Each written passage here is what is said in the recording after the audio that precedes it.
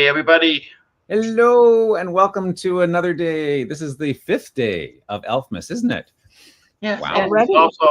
and it's also my birthday. So what? Is it really? Yeah. Is it? Yeah, my birthday. Yeah. No. No kidding. What are you, 29 again? Yes, I am. I don't know how much longer I can pull this off. If my hair is turning. Yes, I'm 29 again. Yes. You're 29 again. Okay. I don't know how much longer I can pull this off. So let's get this started, before I fall apart. Right, yes. Well, greetings to everyone who's there in the chat with us.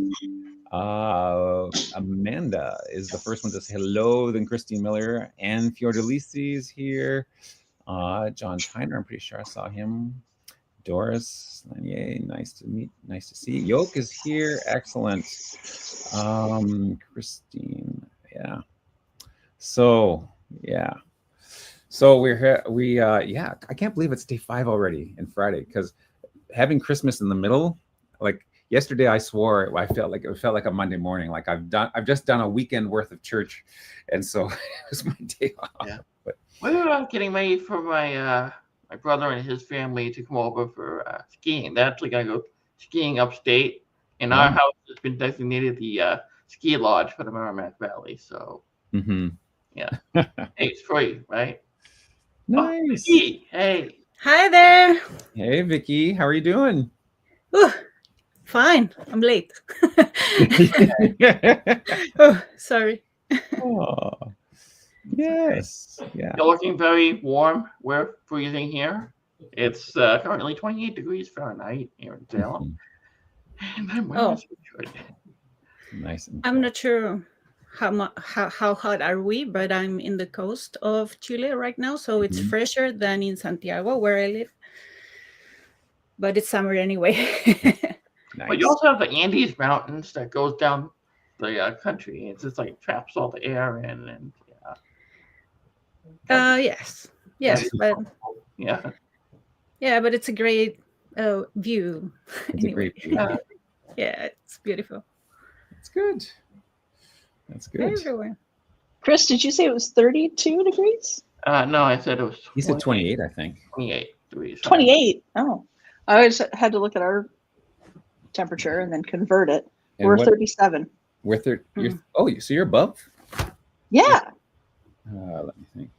I'm -3. Yeah, we're supposed to be +8 tomorrow. So, but I'm in the banana belt. So you're in the the Great White North, very cold up there.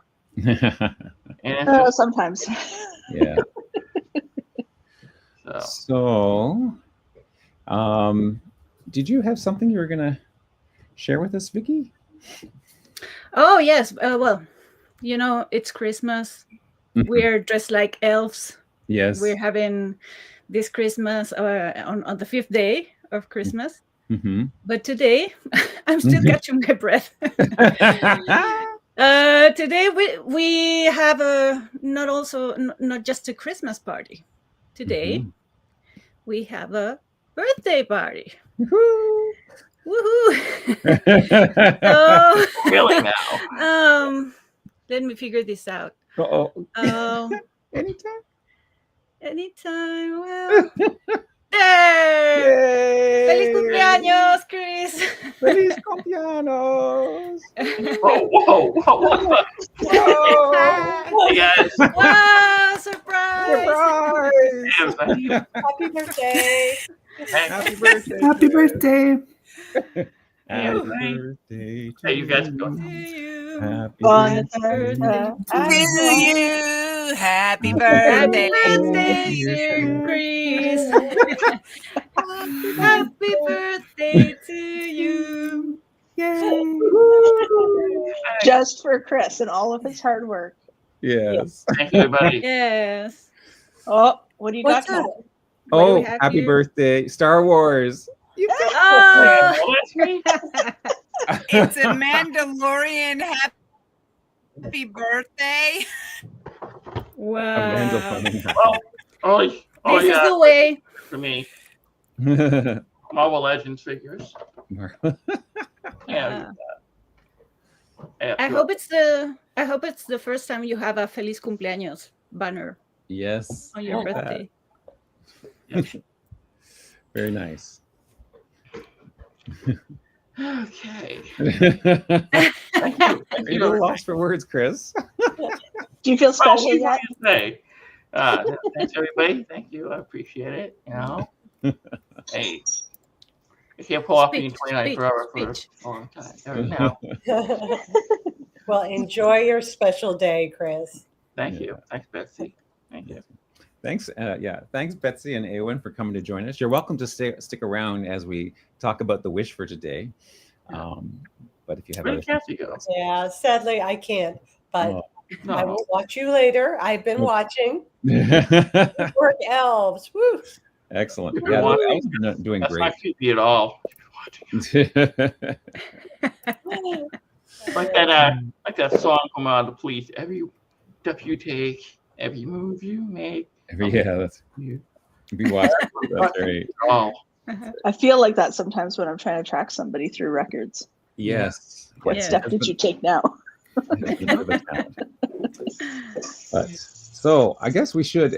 We're 6 minutes in, so maybe we should switch gears to the actual wish that we're going to talk about. So we've been doing lots of different things this Elfmas, and so what we're going to look at today is an Italian wish and look at some Italian records. So hence our guest of honor, Chris, the birthday boy.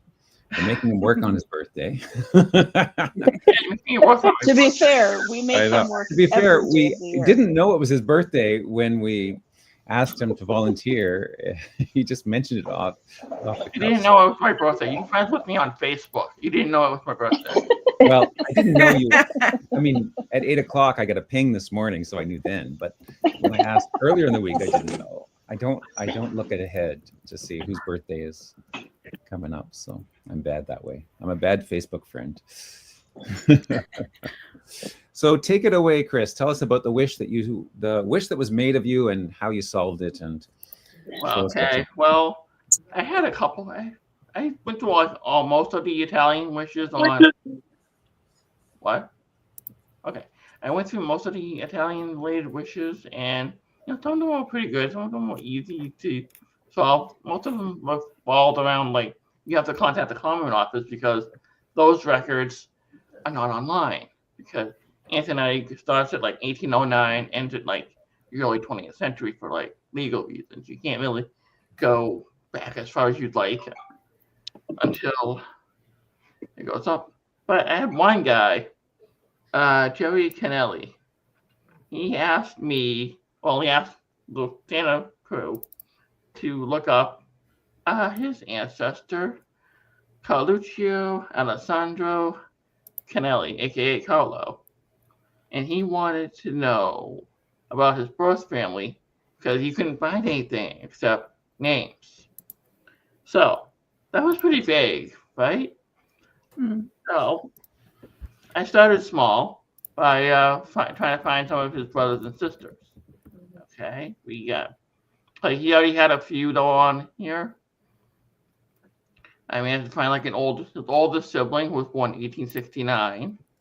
Let's see, his brother here, sister. I haven't really found any death records because I couldn't really have time to dig through all that. I think I filled in most of his immediate family.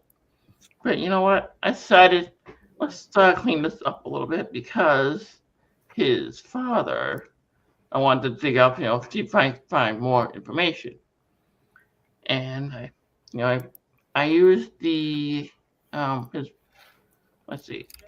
Here is the birth record for I think it's Carluccio's. Where is it? There it is. All right. I found Carluccio's birth record relatively easy, and the records for Montefalcone di Nelsano. Right, help me out here. Montefalcone di Nelsano, I think. I don't know. Anyway, I read. Yeah, I found his birth record, and what I did was take it over. We have this app that Greg graciously made, which is really cool, and I love it a lot. I use it all the time, and it's called the Cincinnati Citation Builder.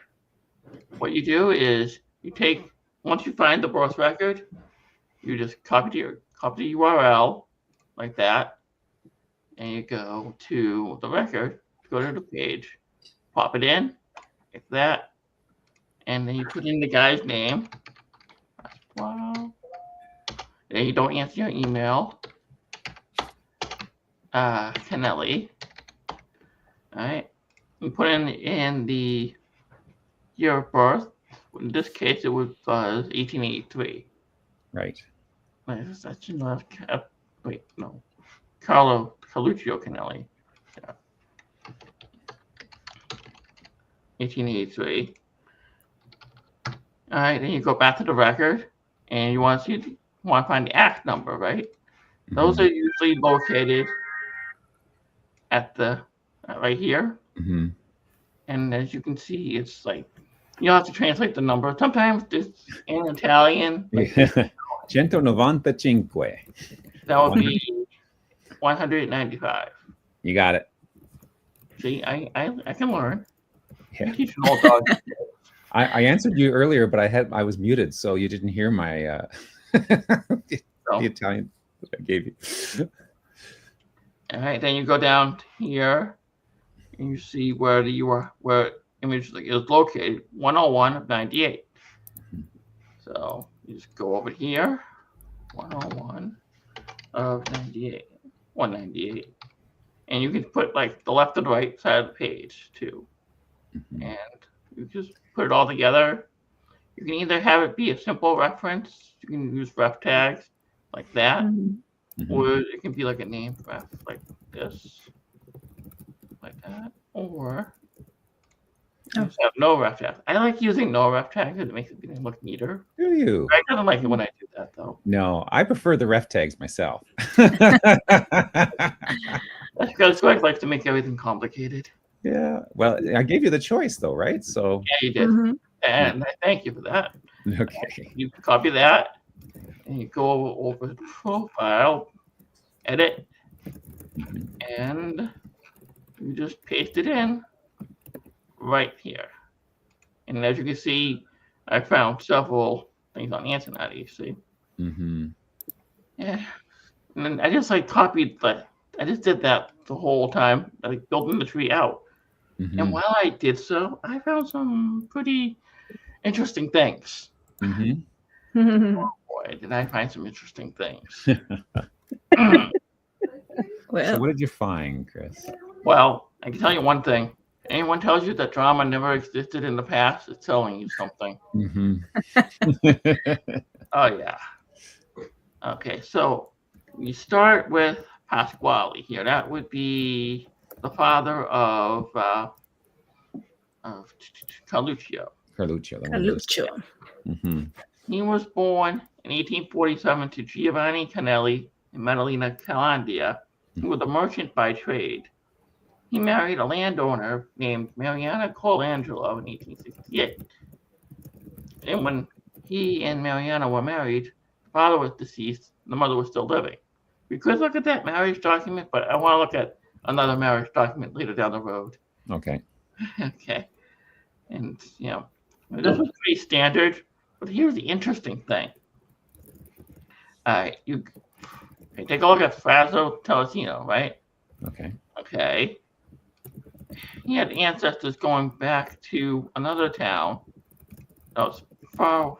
Frazzo Telesino was far from where he ended up because that. All right, where's the map? There it is.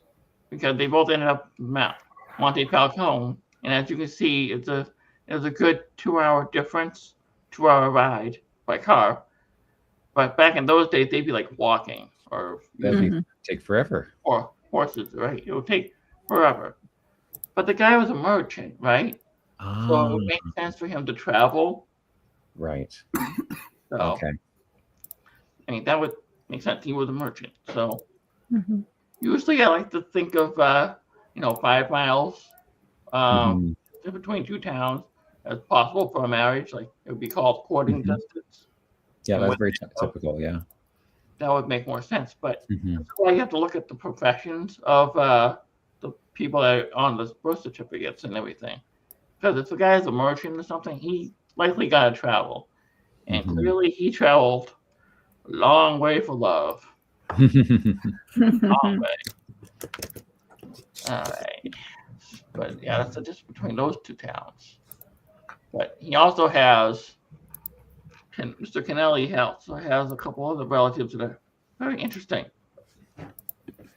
Okay, let's go back to his tree here. If I can call it up here. All right, if you go up to his tree, you'll find a guy called Giuseppe Colangelo. Now, Giuseppe had a very interesting backstory. Mhm. He was born out of wedlock in 1819 to Don Amadeo Colangelo and Concetta Ferrara. Okay, that's not the weird part. Mhm. I mean, sure he was a Don, but I don't know if he was the mafia Don. I don't want to get into that. I'll just smile and nod. You know, leave the gun, take the cannoli. Yeah. Yeah. Okay, but yeah, here's the interesting thing. Don Amadeo Mhm. and Concetta did not get married until the 1840s, when their son, or with their daughter, when their son was like, I don't know, like in his 20s, and he married his wife Aurora Rossi in 1847. And they got married in 1844, as you can see. And Wow. and their marriage document is right here, and you can see it's clearly them. Mhm.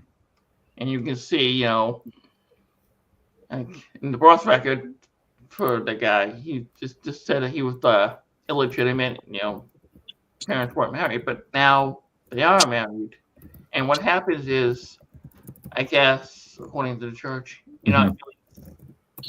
you can't really get married unless your parents get married or something like that.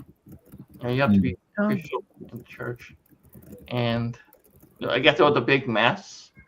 So the parents had to get married, and the parents got married relatively old for that time. Mhm. They got married in their 60s. Mhm. So as you can see, it gets a little complicated. I think Right. really had some complications going on. That's right. Yeah. So can you go back to that marriage record? Because that was what I like about that marriage, that type of marriage record, because they're like different types of Italian records based on the time frames, right? Yes. I like the ones that look like this because they've got the form, and all the important information is the stuff that's handwritten, so you know exactly where to look for the date, and you know exactly where to look for the names and the relationships. Which you is can find the parents of you find the parents of the bride and groom. Sometimes you can actually find the grandparents. Like some of the other records, the birth records, I was able to find. Okay, here are the parents, but here's also the grandfather. All right, cool. Put those people in. But you might be wondering, how can I put something in like that without knowing the birth date? Well, I kind of like estimated, like I took like 25 years off of the current date or something like that. Like say if somebody was born 1844, and you just wanted to like subtract 25 years or something, maybe sometime in the 1820s. So, and then you could try to find those records. But here's the thing: sometimes it would be difficult to find records from like 1700s, something like that, because those records aren't online. No, 1810 is about the cutoff, isn't it? Yeah, 1809 is the cutoff. But if you get really lucky, you'll find like a marriage document which will take you into 1700s and beyond, hopefully. Fingers crossed, if you can find it. Because there are millions of records on this site here. Yeah. So that's what I worked on. It wasn't even that hard to do. I mean, it was a little difficult, but very cool. One of the things I had to do like an estimate, and so I subtracted 25 years from a few years from 1840 from the birth record actually. Mm-hmm. Kid was born in 1819. I subtracted like 25 years Mm-hmm. and put about 1783. Yeah. Good. So that's how I solved that. Good. Well, that's very cool. Yes. Thanks for sharing that and showing off some of the Italian records and the app. Now, one thing I can tell you about the Antonati app, if you go to the bottom, actually, if you go to the bottom of that page, go to the bottom of the page, see the code in there, the bookmarklet code? Yeah. Mhm. If you add that, and there's a YouTube video about how to do that. You can add that to your browser, and then it'll add a link in your browser so that when you're on the Antonati page, you click the link and it'll automatically open up the citation maker and automatically paste that URL into it. So that's one step less that you have to do. Yeah. Florian showed me how to do that. So there's also like this little thing you can add, like final notes. You know, say if the document continues on the next page. Document continues. Oh, that's a good idea. Next page. You know, you can type that in. And you know, just kind of give people information. Additional stuff. Yeah. Cool. Yeah. Well, thanks for coming to share all that on your birthday, Chris. Yeah. Hope you have some other big plans for the rest of the day. We'll see what happens. I guess I'm gonna go out for dinner probably. Yeah, just kind of relax, you know. Sounds good. Sounds good.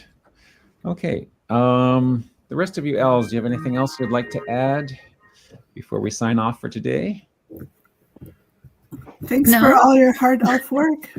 Well, thank you for being here and cheering us on and helping out in the background and everything. Yeah, we really appreciate all the work. Yes, and thank you, Chris, for giving us the chance to say hi on your special day. And this is my first time I went into Antonati. I've never used it. And I wanted to ask, is it free? Yes. To search for records? Yeah, completely free. Okay. It's completely free, yeah. Great. Now the one thing about it is that, I mean, it's free, but it's not well, I think there's a few records that might be indexed, but most of them are not indexed. So you can't just do a search. However, many of, and the way it's organized is it's organized by town. All of the records are at the town level. So you have to know the town and the year. But then there's a register for that is just that one town and that year for that particular type of record. So there's one register, one digital file that has images for birth records for this place, this time, and then marriage records for this place, this time, and death records for this place, this time. But then what Chris was referring to is some of the marriage records. There's another set of records that are called the processetti, which are basically that's the file of documents for the marriage application. So that and that's not for every year, but for from 1810 till what is it, 1860-ish, the processetti.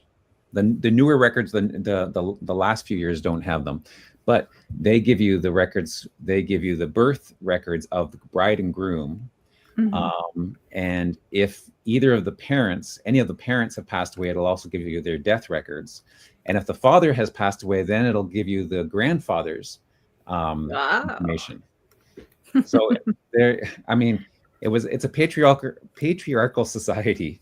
So it's important that you know where the fathers, and if the father's not there, you need to go as far as the grandfather for. It's also important to remember that they don't really use the married name of the women, so they will say the maiden name too. Yeah, and that's great because that makes it easier to find them because you're not swapping last names. But now what each of those registers, more often than not, the last few pages actually do have an index for all the births or all the deaths or all the marriages in that year. So you can, so what I often do is I flip to the end and look through that. So you don't have to go through every single page. Yes. Depends on the location. Not all of them are indexed. Not all of them are, no. No.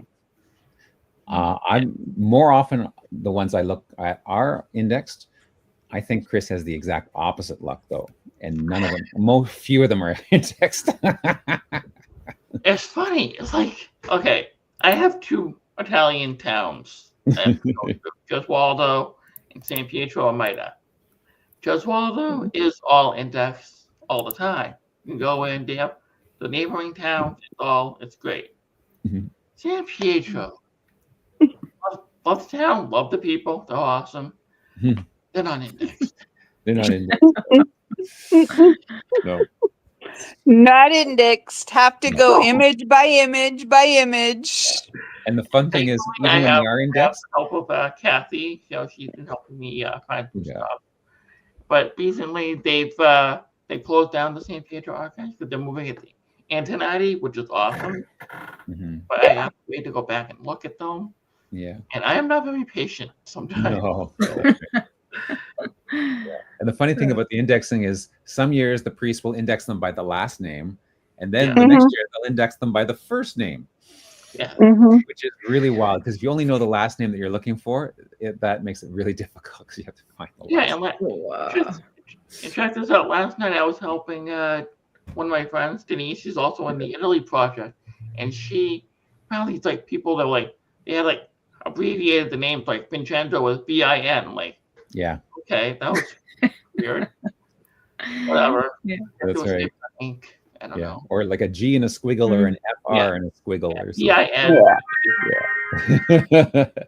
Range. But so tomorrow we have our regular Saturday roundup at 10 o'clock Eastern Standard Time, and we we'll be giving you an update on the Secret Santa project to date. But then we do have the 6th day of Elfmas at 12 noon Eastern Standard Time tomorrow. So please come back for that. We have a special guest elf, Danny Gutneck from Germany, and he's going to be sharing some German records. So we're traveling all around. We're trying to cover the globe with our 12 days of Elfmas this year. So thanks again to everyone who came. Thanks, Eowyn, for joining us today. Congratulations and happy birthday to you, Chris. Yeah, thank you. And thanks for showing up, Christine's cat. I wish you happy birthday. Yeah. Oh, Finnegan is barely conscious over here. He would wish you happy birthday if he was awake. I was sleeping in her bed, so I can't. And thanks as always to my fellow elves, Vicky, Elf, Kathy, and Christine, and Danita, who's not here right now. And but I'm sure she wishes you bon cumpleaños. See you later. Have a great day, everyone. Happy Bye.